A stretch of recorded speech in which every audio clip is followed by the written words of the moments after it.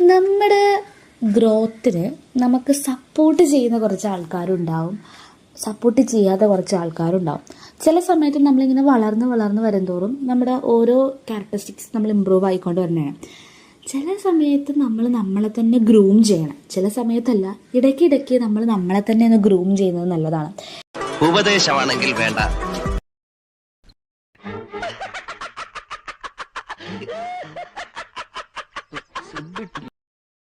എന്നാലേ നമുക്ക് ഇനിയും നന്നായിട്ട് വളരാൻ പറ്റുള്ളൂ. ഈ ചെടികളുടെ കേസിൽ അതേ സാധനം തന്നെയാണ് കേട്ടോ നമ്മുടെ മനുഷ്യന്മാരുടെ കേസിലും.